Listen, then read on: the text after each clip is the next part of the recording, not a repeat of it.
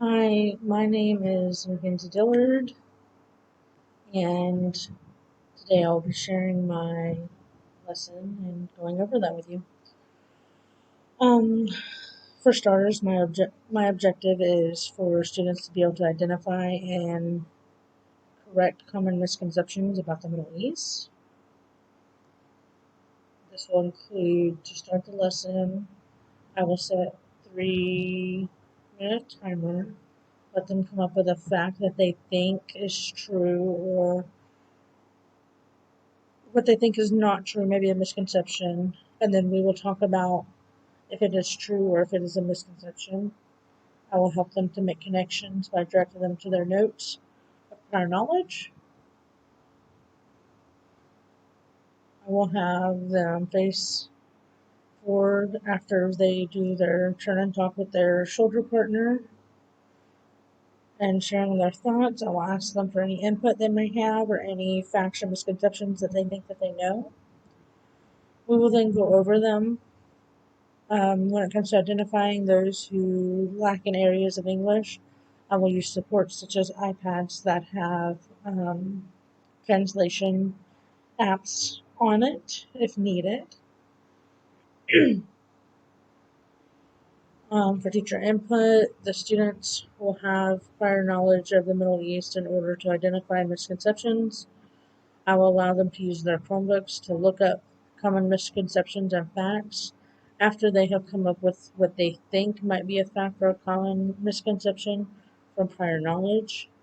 And then we will be able to present, and they will be able to present that they know the vocabulary words and the meaning. Um, the modeling, I will do my notes where they more of just kind of like follow along, and it's more of a recap of what we've already gone over. And then we will do guided practice where we do notes together on the board, and it's knowledgeable for those of high and low.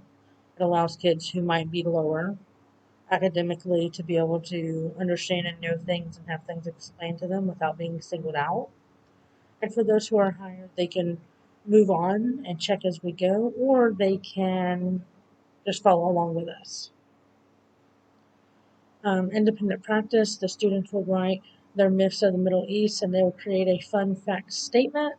They will then come up with a fun fact that they have found or that they know from prior knowledge of the Middle East.